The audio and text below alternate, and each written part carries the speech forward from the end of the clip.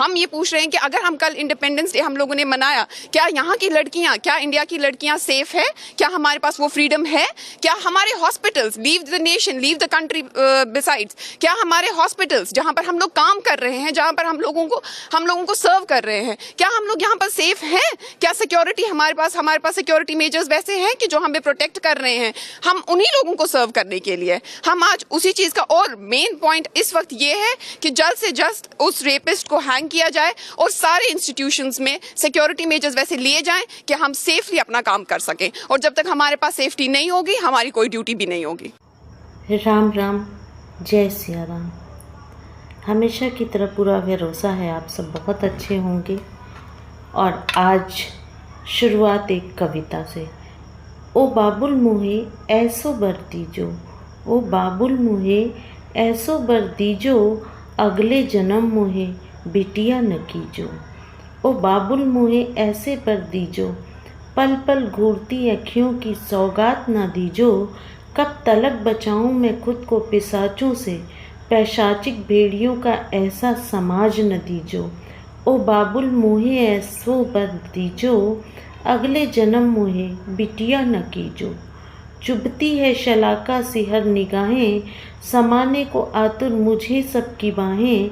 सहमी सहमी सी ऐसी जिंदगी न दीजो, ओ बाबुल मुहे ऐसो बर दीजो, अगले जन्म मुहे बिटिया न कीजो। हर पल सिमटती हैं सांसें मेरी, घुट घुट सिसकती हैं आहें मेरी। मरण सी पीड़ा और दम तोड़ती कराहें न दीजो, ओ बाबुल मुहे ऐसो बर दीजो, अगले जन्म मुहे बिटिया न कीजो। खिलौना नहीं मैं कि खेलना चाहें सब, नरक से जिंदगी में धकेलना चाहें सब। नोचने का गिद्धों से अभिशाप न दीजो, ओ बाबुल मुहे ऐसो बर दीजो, अगले जन्म मुहे बिटिया न कीजो। कभी काटी जाती हूँ कभी जाती जलाई, कभी मारी जाती हूँ बदन का फंदा लगाई। दरिंदगी ऐसा घिनौना आलम न दीजो, ओ बाबुल मुहे ऐसो बर दीजो, अगले जन्म मुहे बिटिया न कीजो। राक्षस नहीं ये कुछ और ही हैं, शर्मिंदा इनसे दैत्य असुर घोर भी हैं। नारी जन्म है मनुष्य जीवन का अपमान न दीजो, ओ बाबुल मुहे ऐसो बर दीजो, मुहे अगले जन्म बिटिया न कीजो, मुहे अगले जन्म बिटिया न कीजो। इतना ही मार्मिक ये कविता है। और एक एक शब्द ने मन के तारों को कहीं ना कहीं छेड़ दिया है। और ये बजरंग लाल सैनी जी की कविता है। और शायद आज कोलकाता के रेप केस के बाद ज़्यादातर बेटियां यही सोच रही होंगी, मन में यही कह रही होंगी कि अगले जन्म मुहे बिटिया न दीजो। बहुत ही अफसोस की बात है जो घटना उस बहन बेटी के साथ हुई है।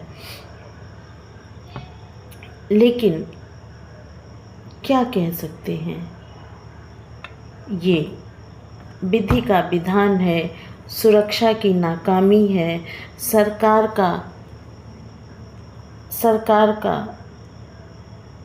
ना ध्यान देना है, या क्या है मैं नहीं समझ पा रही हूँ। लेकिन मन बहुत आहत है। और इसी पर मैं आपको कुर्तुलैन हैदर की लिखी कहानी अगले जन्म मुहे बिटिया न कीजो, अभी तो मैंने आपको एक कविता सुनाई। और कुर्तुलैन हैदर की ज़्यादातर कहानियाँ इस टाइप की होती हैं। और ये जो कहानी है ये अशरफी अस्पताल में हुई एक घटना का विवरण है। रशीदा की माँ मेहरुन्निसा यानी रसीदा, जो अशरफी अस्पताल में अपनी बच्चे को जन्म देने के लिए गई, और वहाँ पर जो भी बच्चा जन्म लिया उसका जो पेपर होता है उस पर डॉक्टर की गलती से फीमेल के बजाय मेल लिख दिया। और रशीदा को फीमेल यानी बेटी ही हुई थी, लेकिन कागज़ पर मेल लिखने की वजह से और पैदा ही होते ही बच्ची को कुछ प्रॉब्लम हो गई, जिसकी वजह से उसे बच्चों के नवजात शिशु के हॉस्पिटल में एडमिट करना पड़ा।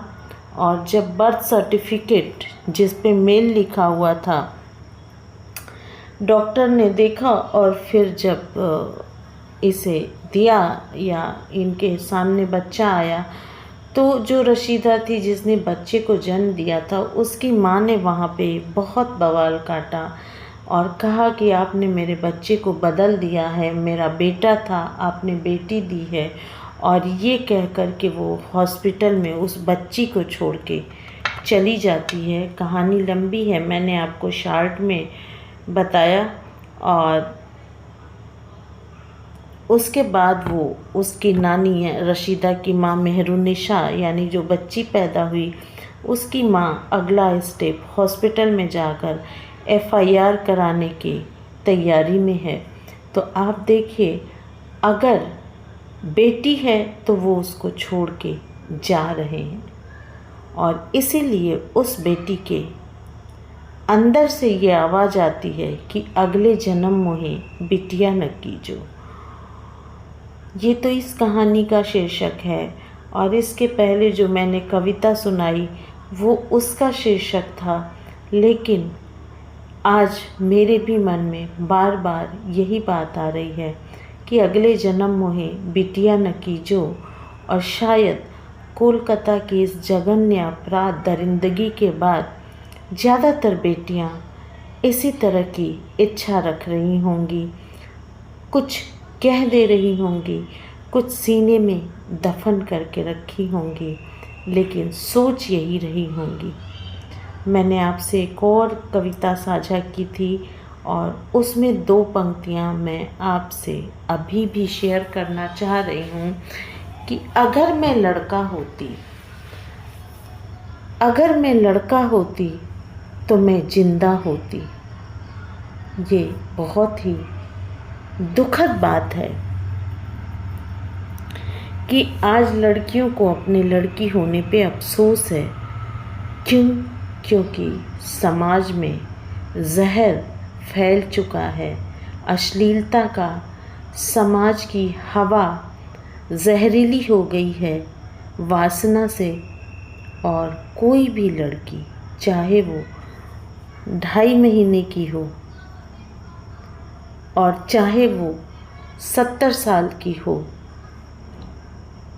लोगों की, कुछ दरिंदों की नज़र में वो सिर्फ एक मांस का लोथड़ा, एक जिस्म है जिसके साथ दरिंदगी करके उन्हें अपनी कुंठा शांत करनी है। और ये कहाँ रुकेगा पता नहीं। मैं कभी सोचती हूँ तो हैरान रह जाती हूँ कि आपको 6 महीने की बच्ची में कौन सी सेक्स अपील दिखती है, आपको 80 साल की महिला में कौन सी सेक्स अपील दिखती है, जो आप अपने मनुष्य होने के रुतबे को दागदार करते हो, आप अपने जन्म को शर्मसार करते हो, आप अपने संस्कारों पर कुठाराघात करते हो, और माँ से भी बड़ी उम्र की औरत के साथ आप दरिंदगी करते हो। 6 महीने की छोटी सी नन्ही सी बच्ची जिसे कुछ नहीं पता है, और पता नहीं आपका कलेजा किस चीज़ का है, आपकी मानसिक स्थिति क्या है जो आप इस तरह की दरिंदगी करते हो। एनीवे, मुझे लगता है कि मैंने आपसे बहुत कुछ शेयर किया और अपने मन की बात, चाहे लाइव में कह रही हूँ, चाहे आपके वीडियो में कह रही हूँ, लेकिन मैं कह रही हूँ और मैं आपसे भी कहती हूँ, प्लीज़ आवाज़ उठाइए। ज़रूरी नहीं है कि हाथों में मोमबत्तियाँ पकड़ के आप सड़क पे ही उतरें। सोशल मीडिया के माध्यम से भी आप अपना विरोध जता सकते हैं। आपसे जो भी मिले आप उससे ये कह के विरोध जताइए कि इस जघन्य घटना का विरोध करो। शायद उस बेटी, उस बहन के प्रति ये सच्ची श्रद्धांजलि होगी। और चलते चलते एक बार फिर कहती हूँ कि अगले जन्म मोहे बिटिया न कीजो, जो बिटिया कीजो तो ऐसे समाज में जन्म न दीजो। हे प्रभु, अगले जन्म मोहे बिटिया न कीजो, जो बिटिया कीजो तो ऐसे दरिंदों को पहले ही ख़त्म कर दीजो। अगले जन्म मोहे बिटिया न दीजो। तो आज के लिए इतना ही। और चलते चलते मैं एक रिक्वेस्ट कर रही हूँ कि प्लीज़ इस चैनल को सपोर्ट कीजिए। आपको इसी तरह के क्वालिटी कंटेंट से बने हुए वीडियो आप तक पहुँचेंगे, लेकिन इसके लिए आपका सपोर्ट बहुत ज़रूरी है। तो राम राम, जय सिया राम। अपना ख्याल रखें।